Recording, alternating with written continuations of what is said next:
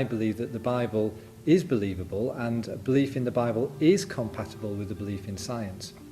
The Bible isn't a scientific textbook.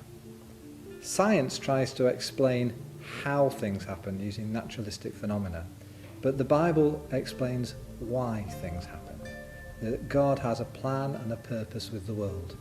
Now, there are wonderful things which are seen in nature which speak about the divine handiwork of God. Now, as a trained scientist, I'm a molecular biologist, and I deal with genes and proteins, the things which are the very small structures inside cells. And one such protein is, for example, ATP synthase.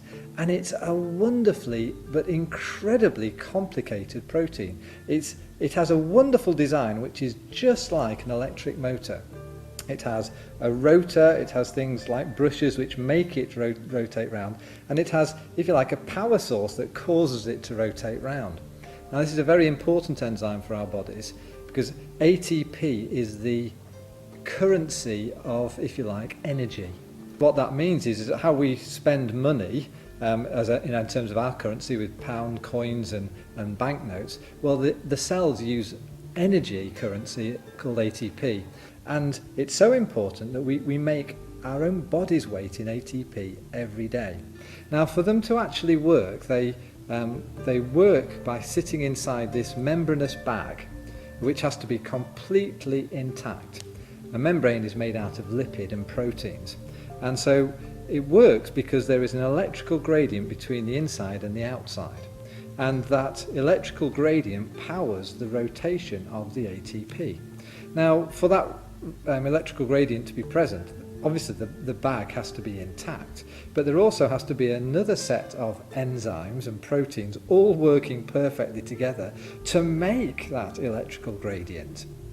So it seems very difficult. You've got these four things that are absolutely required, how they were all evolved by step changes. It looks like, and it certainly works as if it was being completely designed.